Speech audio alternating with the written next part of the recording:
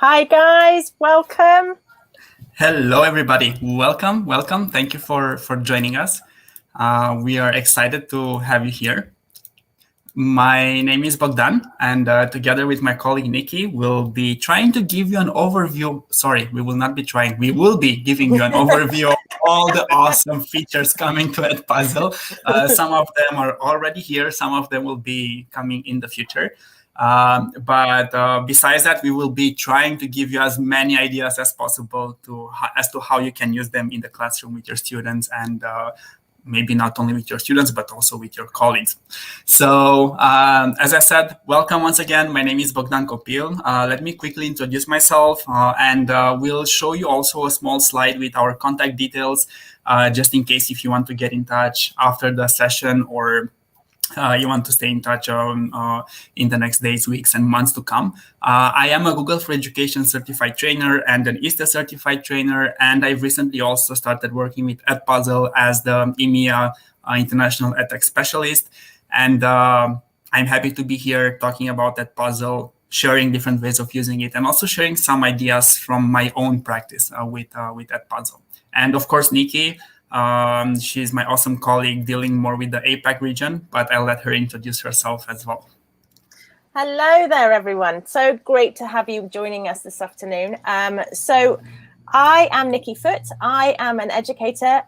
Predominantly in most of my career, I've worked in elementary and early years classrooms. I'm a passionate play-based inquiry educator.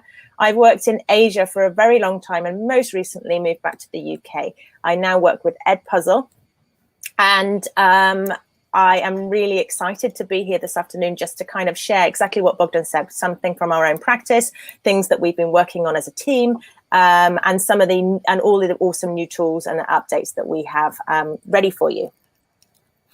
Awesome. Yeah, good thing that you've mentioned what you were teaching. I sort of forgot to mention that. My background is in science. That's what happens when I'm really excited about something. I skip over things and I rush.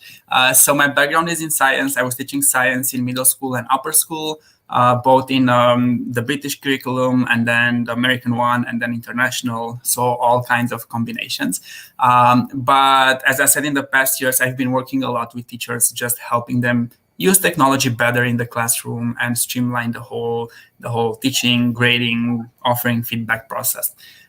We'd be happy to see who is in the audience as well. So do let us know in the chat where you're joining us from and what you're teaching. So that would be great also to connect with the audience. And also if you have any questions, please feel free to add them to the chat.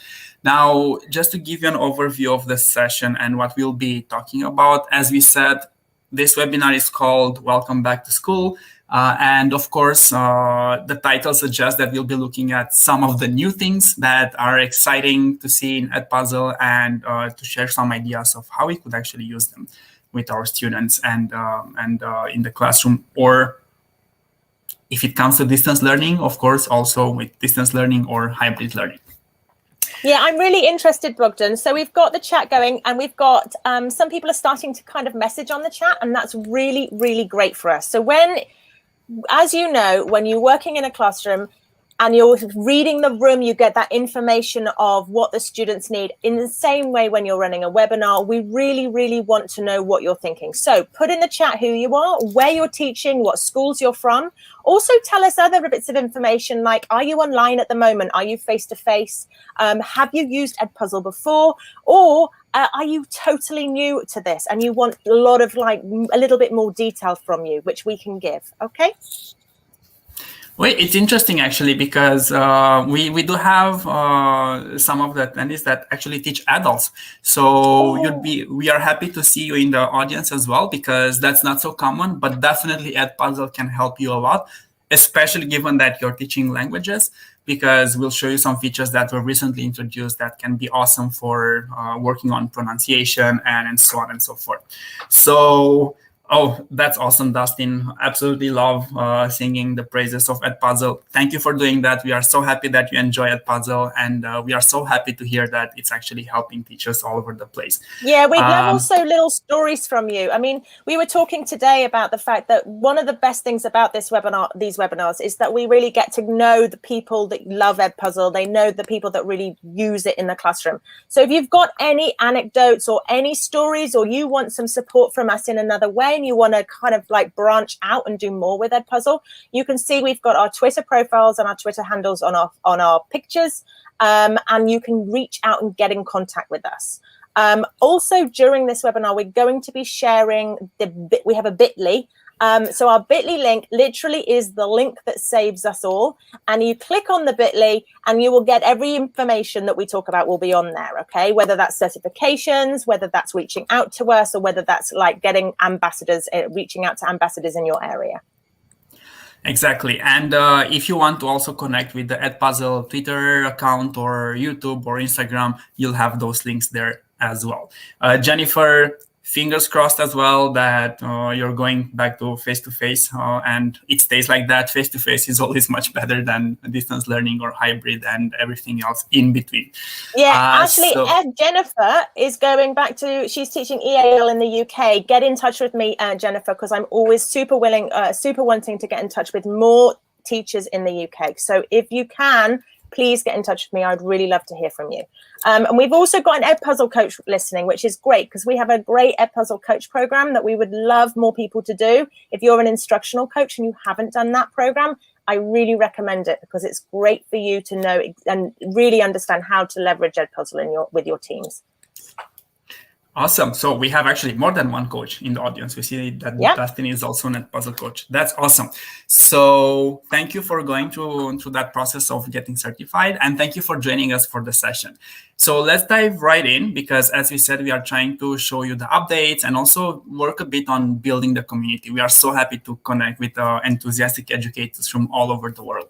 But let's dive right in, and we don't have actually slideshows. This is the only slide you'll see, the one we showed you earlier with our photos and our contact details. Why is that? Because actually we want to show you the things that changed in the actual Edpuzzle interface. So you see what happens, you see what changes there were, and of course, please feel free to ask any questions at any point. So if something is not clear, or you want us to show something again, or to insist on some of the things, please let us know. So let's start with the very beginning, and let's start with the new integrations. And as you see, I'm on the Edpuzzle login page. So I will log in, and of course, I will log in as a teacher for now. And this is something that's relatively new. Before, you could log in with your Edpuzzle account or with your Google account. Now you can actually sign in with your Microsoft account. So many schools were still using, who are using Microsoft, felt sort of left out from the party when it came to the single sign-in logon, whereas now that was solved. Now you can actually log in or sign in with your Microsoft account, and also your students if your school is using Microsoft. In the chat, Bogdan, I don't want to interrupt you. You know, I can't help myself sometimes, but in the chat, if you're a Microsoft Teams school or a Microsoft Teams user, can you just let us know in the chat? I'd love to see how many people on here are actually using Microsoft. Now, having said that, we will also show you some of the upcoming changes for the Microsoft integration. But for now, I'll sign in with Google so I can show you some of the things that I have in my Google account. Now, the first thing you'll notice if you log in is that there were some small changes here and there to the overall interface for Edpuzzle, but the functionality is the same. So we still have the same awesome, easy way to discover videos. And this is where we could search for videos from the community, which means videos that are already created by other educators, or videos that were shared in our school. Remember that this is one of the superpowers for using Edpuzzle as a community, as the whole school. You can create videos which can then be reused by teachers in your school as well. And of course, we can also start from YouTube. So here, not much changed. We have access to the school, and we can see how many teachers are in the school. And then we have the classes on the left-hand side, just like we had before. there is a new feature here in classes. If I do want to create a new class, you will notice some new learning management system integrations. So before we had Google Classroom only, and all of the other ones are new. Yes, you could use Edpuzzle with Moodle and with Canvas and with Schoology, but you had to go through some extra hoops to make it work. So there were some extra steps in setting it up, whereas now, as you see, it can sync directly from Edpuzzle. So especially if you're in a school that uses one of these LMSs, you're lucky, you can now save quite a lot of time. We'll talk a bit about the Microsoft Teams integration as well. It is coming soon, so we'll give you a preview later, so you'll see how that works when it's released. It's not out just yet, but stay tuned. It will actually be released in the future. Now, other than that, as I said, there are just some small changes here and there in the interface. So if you go to one of your classes, some of the tabs were renamed. So we have the class members now, and some of the things were moved here and there. But as I said, overall, the functionality is the same. The big news here would be the LMS integrations. Now, besides that, though, there are some more exciting updates to the Edpuzzle extension. Yeah. Okay. So I'm going to show you, if we can have my screen shared, I'm going to show you some of the more exciting things that we've got with the Chrome extension. So one of the things we've had now is that the Chrome extension now not only takes a video straight from YouTube, so straight to Edpuzzle. What you can also do when you've uploaded and refreshed the Chrome extension is that you can now automatically create content as a screencasting tool and then take that straight into Edpuzzle. So before we used to be able to do that through a third-party Chrome extension or a different piece of another app or something. And now what we can do with our little Chrome extension, once we've updated it, so if you already have the Chrome extension, I would recommend reinstalling it just to get it working and fix it again. It will actually update itself over time, but if it's not working in this way, just uninstall it and install it, and it will work. So what I can show you is that it's quite simply, imagine we want to share a task with a student, and we want to give a little bit more detail in a recording. Maybe you're introducing a new app or a new online tool to a student or a group of students or your whole class, and you click the Edpuzzle Chrome bar extension, and then you have different choices, whether you want to do the whole desktop, camera only, or tab, Microsoft microphone in the same way, turn it on or off. I quite like this option, actually, because if you were to turn the microphone off when you put the video straight into Edpuzzle, you can then do voiceover in Edpuzzle in a really nice way of adding a little bit of a snapshot of voice throughout in a different way. And then you've got your camera. I've got Snap Camera here, which I love for the filters. It's my favorite new tool to make me look like I had a little blast of makeup going on. And then we're going to click Start Recording. Hello. Just make sure. Yay! There we go. There we go. Hello. Okay. I'm going to just refresh, because one of the things that I think, and I have had that people have been saying, when I've used the Chrome extension with, and I'm going to just show you what we need to do sometimes, because sometimes this does happen with any extension, not just ours. But if you remove it from Chrome, I'm going to remove, and then I'm going to put it back in again, add extension, and then we should just fix that bug. Okay. And sometimes that just happens when we use, what was the HTML? There are some different kinds of websites that actually... Yeah, it depends on the website. And if you have the problem is also that we are streaming as well at the same time. So we are sort of using the camera for 2 bits and pieces and the screen. Oh, you know what I'm going to do? Save. Okay. I can also showcase the extension on my end if you want. Why don't you showcase it on your end? Because I don't want it to look like it doesn't actually work, and it's probably just my Snap camera. Sure. So why don't we take my screen off and we'll put yours on? And I think that might be much better. Yeah. I would like to know that all those tech coaches out there, I want you to see how we do failure in action, because I know that every single coach out there has had a problem when they're showing something, demonstrating something, and something doesn't work. Let me tell you this, in my 6.5 years, 7 years of doing trainings for teachers all over the place, there's always something going wrong when you're trying to, when you're really relying on it. So the way the extension works is basically, as Nikki said, you just go and choose what you want to record, your tab or your desktop or only the camera, hit start recording. Now you also see that actually I don't have a huge living room with a piano behind me, but I actually have a green screen. So my secret is exposed. When you're done with recording, so you could go and showcase a website and give instructions, or you could go through your presentation slides. When you're done, just hit stop recording. As you'll notice, what the extension does is it takes the video, it will save it, and then it will just upload it to your Edpuzzle account. And what happens next is that you can process the video in the exact same way like you would with any video that you upload. So you can do the cut, you can do the trims, you can add the voiceover. And this is one advantage, as Nikki mentioned earlier, rather than, so when you use a YouTube video, you cannot use the voiceover because of the terms of service for YouTube and all the other stories with the copyright.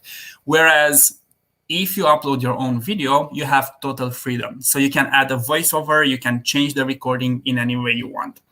One advantage for the Edpuzzle extension is also that there is a limit of size, which is 1 gigabyte. So that's the only limit that you have. You don't have a limit of time. So there are many extensions for Chrome which allow you to record videos for free, but they usually limit it to maybe 5 minutes or something like that, or they limit the resolution, or you have a watermark saying that this is recorded with whatever extension. Whereas with the Edpuzzle extension, as I said, just hit record, it will do the rest for you. Then you can play with the video in the exact same way like you could with the regular YouTube video.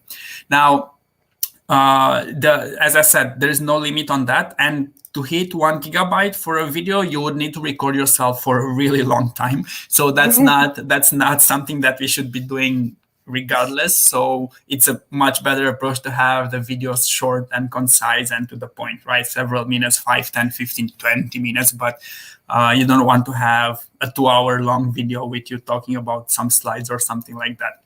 So this is one exciting feature that was just released. Once again, do make sure that you update your extension. As Nikki said, we did give you the link for the extension in the chat, and you have all the options. You can combine things left and right.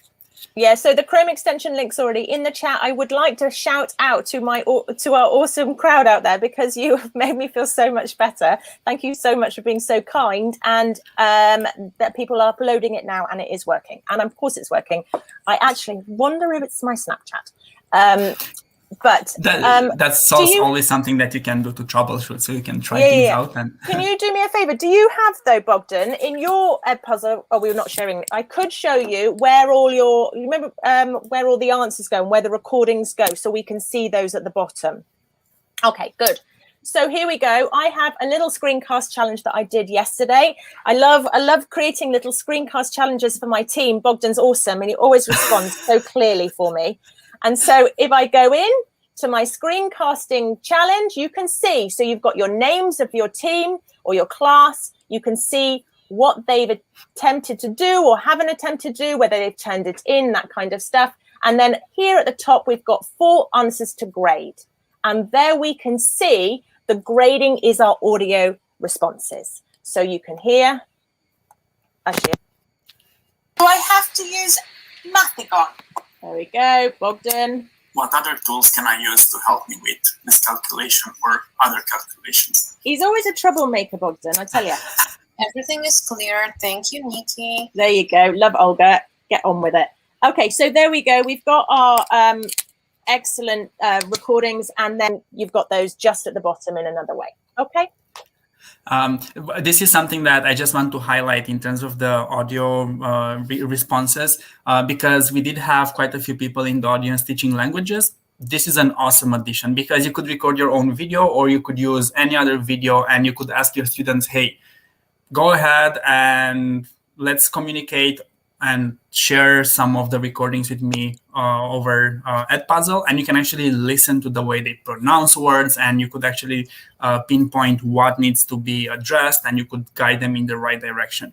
So the audio responses are awesome for that, but not only for that. They are also very useful for, let's say, younger kids who are not good at typing. So for elementary school or primary school kids, in many cases, it's much easier for them to actually record a voice response rather than type something. And the same thing goes for EAL students, ESL students, SEN students. So all the other students that actually get one extra or another option for answering your questions, not only in writing, but also with the audio responses. It just makes it so that connection that you have with your students so much more personalized. And especially when there's so many people who are still doing a lot of online content, making that connection is really difficult. But in the classroom as well, getting kids to respond, they're just so much easier to respond verbally, even if they're and just making that connection in a different way. I see that Dustin has said we use it in our world languages classes, and I agree with Bogdan and Dustin, absolutely. EAL students with learning needs, and language students, this is a phenomenal piece of tool that you really, really should use. It's a great new feature. Exactly. I agree. And one of the key things here is the possibility for us as educators to empower our students and give them choice. And then they actually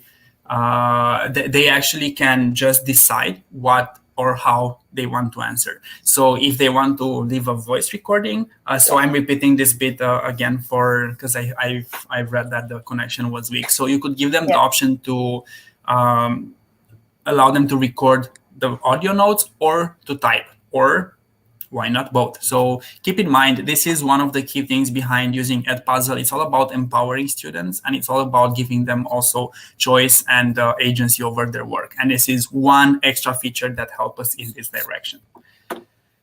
And talking about empowering students and giving them option, are we ready to move to student projects, Nikki, or you wanted to build on? Well, you know, I always have like one last thing I like to say. I was kind of going, See, this is the problem with the two of us, because we always want to have one extra thing to share and to say and one more idea. So if it would be like that, we would spend here the whole day. I'm going to give one little story, okay, which I think is awesome. So when Bogdan and I started recently together working at Edpuzzle, and one of the things that they do at Edpuzzle within our team, which I really love, and I think that this works great for leadership, and I also think this works well when you're working with your teams or you're providing PD or something, and you get people in a room, and it's not just students, adults. Having a slide deck and making slide decks a little bit more interesting, a little bit more intuitive, a little bit more responsive by screencasting your slide deck very quickly and briefly, putting in questions where your participants or your audience or your people that are going to be in your meeting with you, asking them to feedback prior to being in the room face to face, so that you have that understanding of what their needs are, what their thoughts are. And then when you all get in the room, your time is so much more specific. And I love that about how Edpuzzle actually use Edpuzzle tool within their own teams. I will call this flipped meetings from Flipped Classroom. Meetings. I need to coin that term. So okay, hashtag flipped meetings. But of course, Edpuzzle is great for flipping our classrooms as well. And it's a good option to also use it in other contexts as well, as you mentioned it. So having said that, let's also quickly talk a bit about student projects, because we were talking about empowering students. So this is also a feature that personally I'm really excited about, because up to this point, what we would do as teachers, we would take the video, add questions and notes and voice notes and so on and so forth on top of the videos, share them with our students, and they would answer them. We would give them grades, and we know the drill. But now we can actually also flip the table. So rather than us creating videos, we can ask our students to create videos. So I could create a student project. And once again, this is a really quick demo. Of course, when I would prepare this for my students, I would spend more time in building the assignment, giving the instructions, and so on and so forth. But now we just want to show you how this would work. And let's say I am teaching about the periodic table of elements.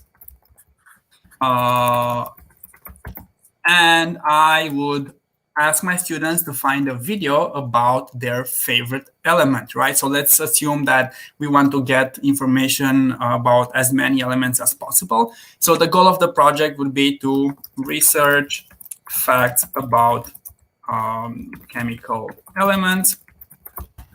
And the instructions would be this. 1, find a video about your favorite chemical element.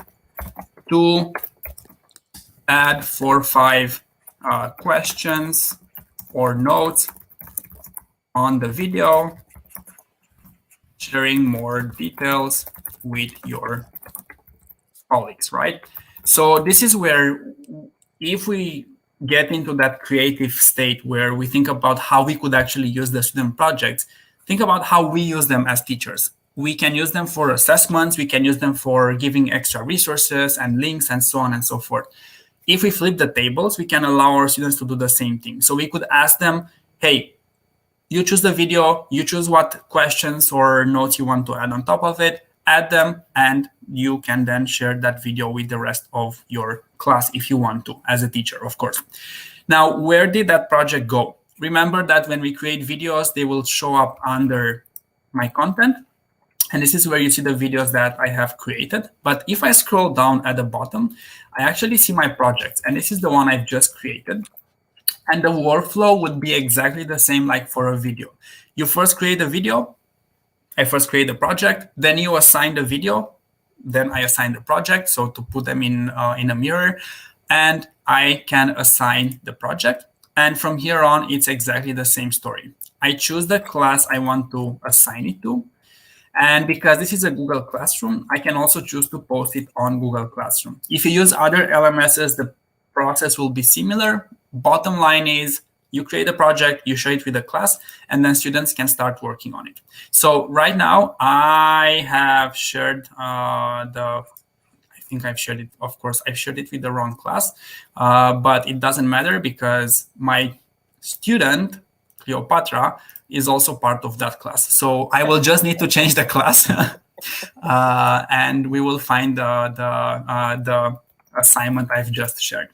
So this is how the assignment would look like. These are the instructions I've added in Edpuzzle, and this is the link to the student project. So as a student or as Cleopatra, I click on the link, go to the assignment, it will take me to Edpuzzle, and this is where I can start my project. Now, when I start my project right now, we can only start from an already existing video. But in the future, let's hope we'll have also the option to start from a recorded video. And as you see, students have a similar interface to what we have as educators, just that they don't have access to the community, to the school videos, and to already created videos on Edpuzzle. So they can only start from videos on YouTube. And of course, we have some quick links for different channels on YouTube. And we'll see that. So let's say I am in love with the element iridium as a student. I search for that element. I will find a video. I check the video out. If I like it, I'll say, okay, this is good. I will use this one. And then the process is very much the same like it is for a teacher. You choose the video for the project and you have the same options. You can cut the video. You can change you can add cut. You can add a cut in the middle of the video if you want to. So we have the same options like a teacher, as I said. So here I could cut the middle of the middle part of the video and so on and so forth. VoiceOver, remember, it will not work with YouTube videos because of the YouTube's terms of service. But questions, students have the same options like we have as teachers. So if you want them to add questions, they can add questions. If you want them to add notes and share extra resources with their colleagues, let's say, they could add here links to other materials like a poster they prepared or a documentary or another website and so on and so forth. And think about it from your perspective as a teacher. This opens so many possibilities. When I was working on the periodic table of elements project with my students, one way in which I showed all of their work was to put a pin on a map and every student added a pin on the map on the location where the element was discovered. And linked to that pin, they had the link to all of their research. Think about it with a video. You could just have a video that will hold all of their research and all of the results added as notes at different points in the video. So then it's the same idea. The video becomes not only part of the learning process, but also part of the assessment if you would like to. So that's another way of thinking about it. And as I said, as a student, I can add all of the same elements like a teacher. If I want to add a voice note, I can start recording the voice note, and I will give some facts that I know and that I love about the element. And voila, the voice note will be saved to my video. When I'm done as a student, I've added all the elements my teacher asked me to. Of course, we will not go through all of the 4 or 5 now. It's just a quick demo.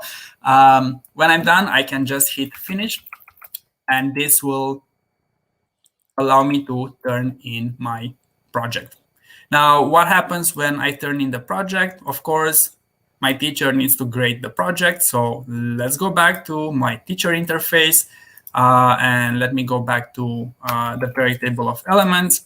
I will see that Cleopatra, the queen, actually turned in the project, and I can go and grade it. So as I said, at this point, I could also, and this is where things can get really interesting, because we can use this in so many different ways. Like, for example, let's say I want to ask my students to create videos. So I could give a grade here. I could add a comment. But what I can do also is, if some of my students come up with some brilliant videos, I could just say, hey, I want to save this in my content, and then I can share it with the rest of the group. So you can also think about it, hey, let's have a competition. Whoever comes with the best video and the best content and the best questions on the video, we'll share them with the rest of the group, or with the whole school, or with the wider community. So these are just some of my ideas for using the student projects. Does it make sense how they work? Just let us know in the comments. I see that Justina already tried it with her students. Can you tell us what you've done with your students when it comes to student projects? What have you tried with them? What did they like about it? What worked? So once again, we are happy to see teachers using the features for Edpuzzle.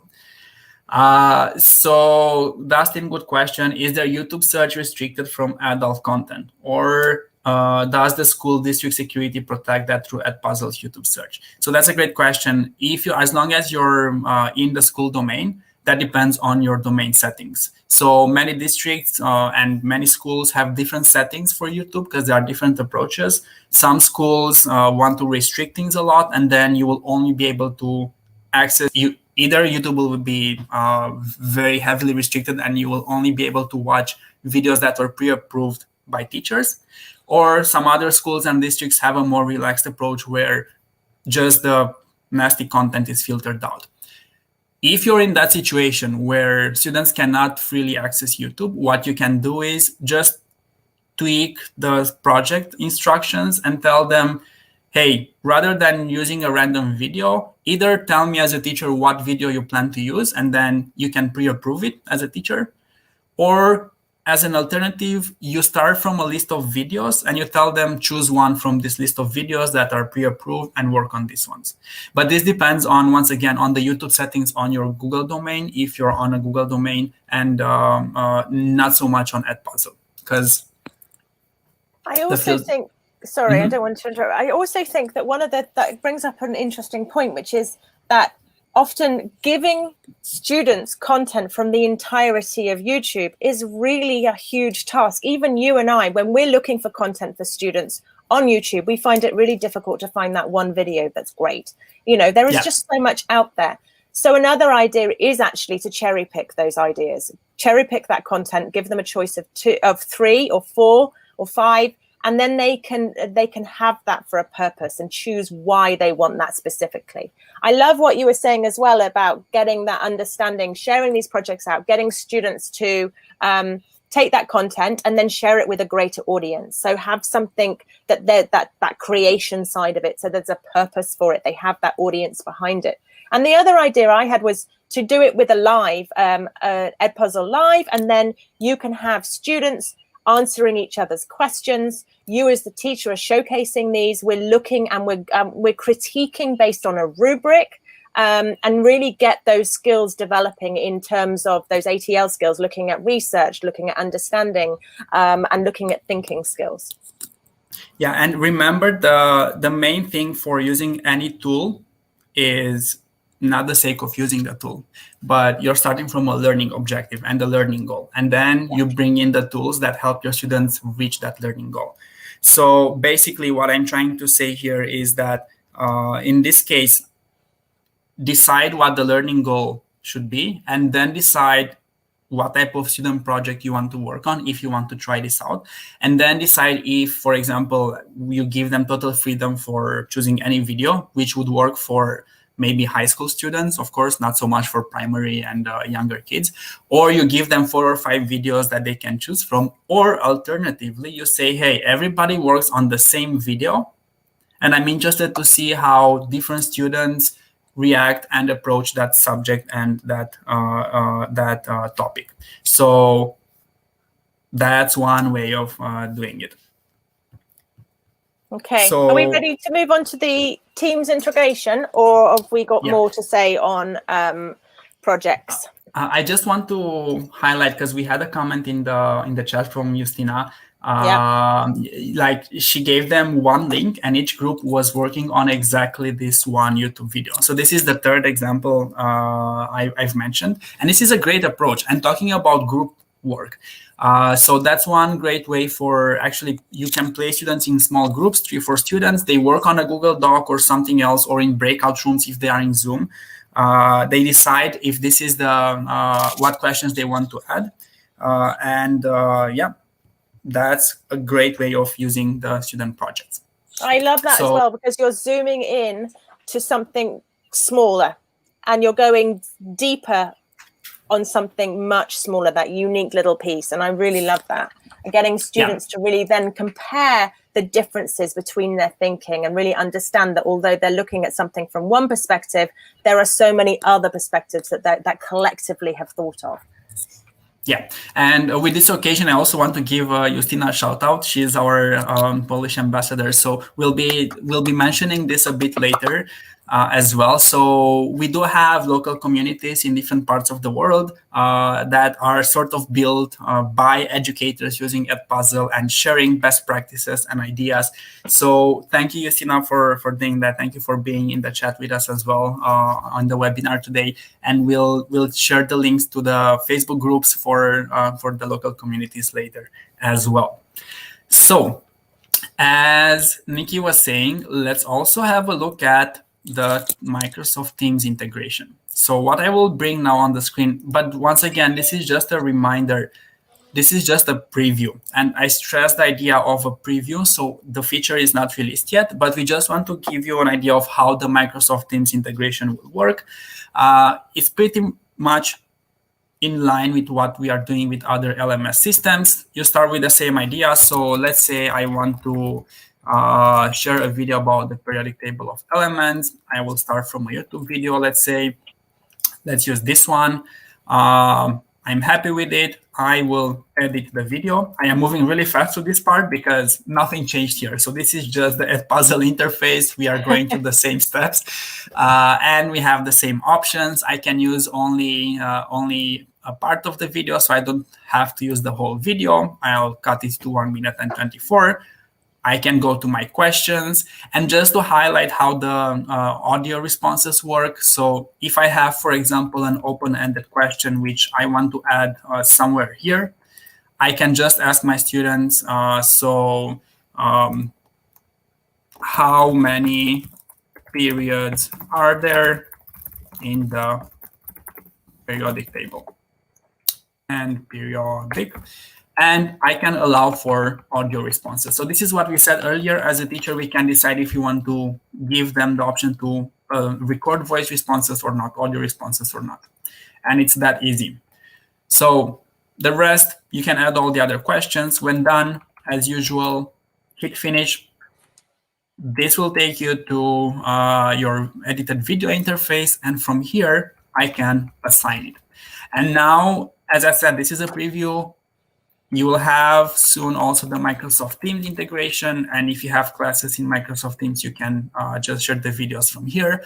One particularity for Microsoft Teams is that you will need to add the due date. Unlike Google Classroom, where you can just share it without a due date, for Microsoft Teams, you do need to add a due date. So let's say next Wednesday at 11:59, I'll say save, and then I can post.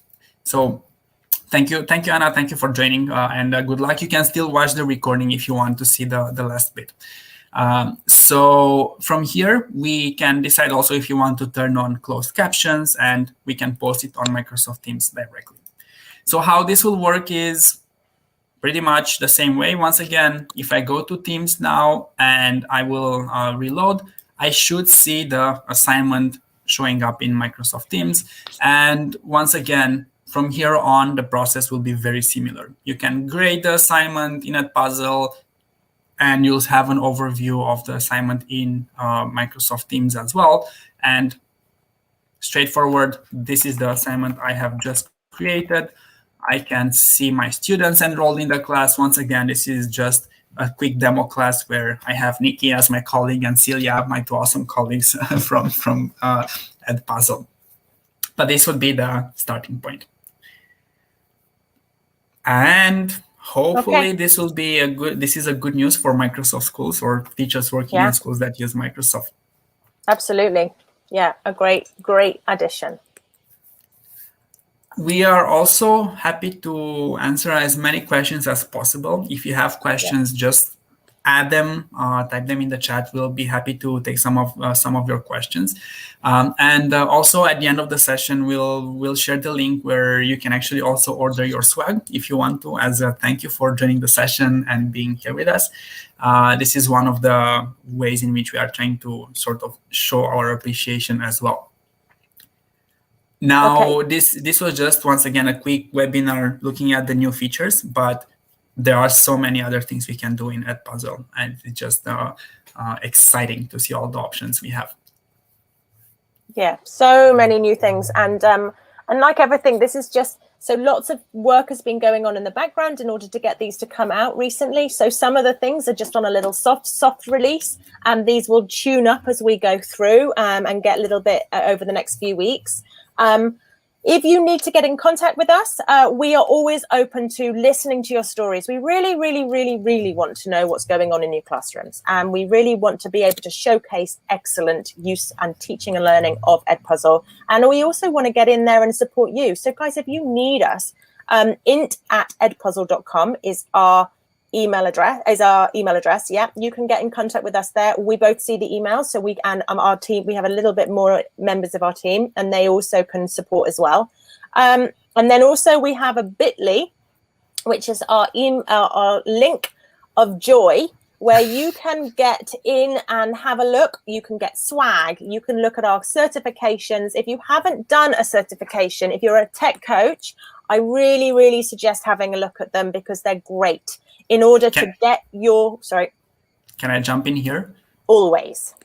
Not only if you're a tech coach, even if you're a teacher, the certifications are great because they give you a lot of insight into different teaching strategies using video, like the flipped classroom, self-paced classroom, and also the EdTech coach. Even though it's called, the Edpuzzle coach, even though it's called coach, it's great for teachers because you will just see different ways or different examples of using Edpuzzle with your students.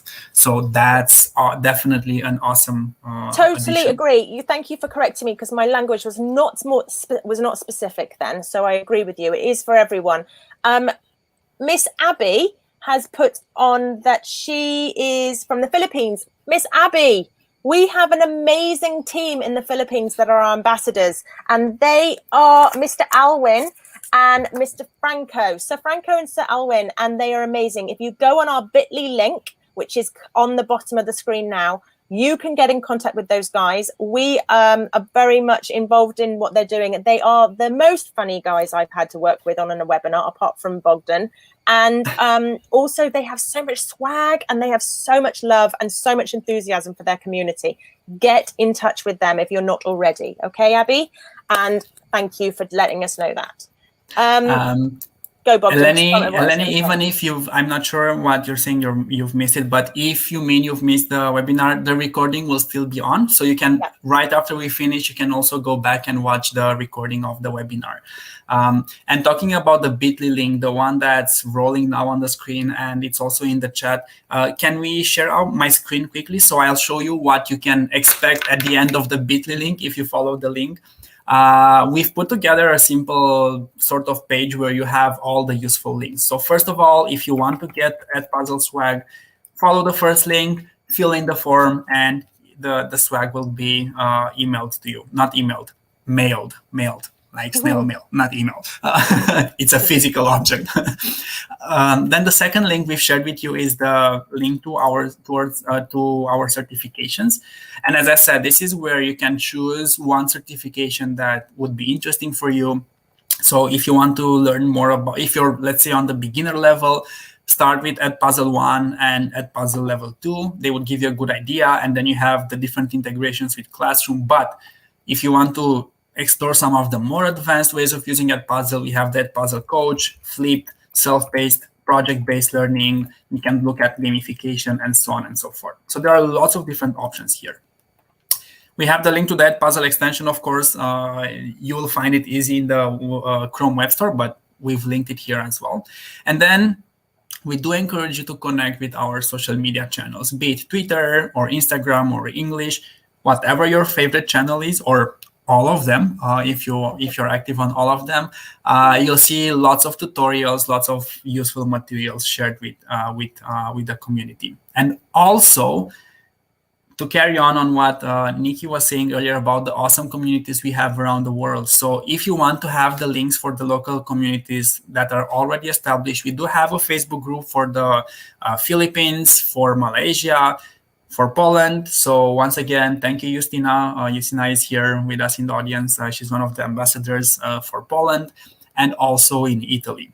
So if you want to reach any of these groups like Malaysia or Philippines, just click on the link. It will take you to that Facebook group, and then you can join if you want, of course. And there we go. We've just seen a recent post about our earlier webinar. But once again, that bit.ly link is the link to rule them all. You have all of the details there, and you have all of the other links. Do have a look at it. Order your swag. Get in touch with us. We'll be happy to connect. And also, if you have any success stories, as Nikki mentioned earlier, we'd be happy to share them with the wider community. We always want to inspire educators. And the best ones to inspire educators are other educators that are doing awesome things around the world. And we would like to give you that space and that platform to share the awesome things you're doing. Yeah, authentic stories is really what we're looking for. And we have Aylin, I hope I said your name correctly, from South Africa. Thank you. I would love to I don't know any of our South African fans, so that's great to see you there. Oh, that's awesome to mention South Africa as well. Indeed, I think you're the first person from South Africa in our webinars so far.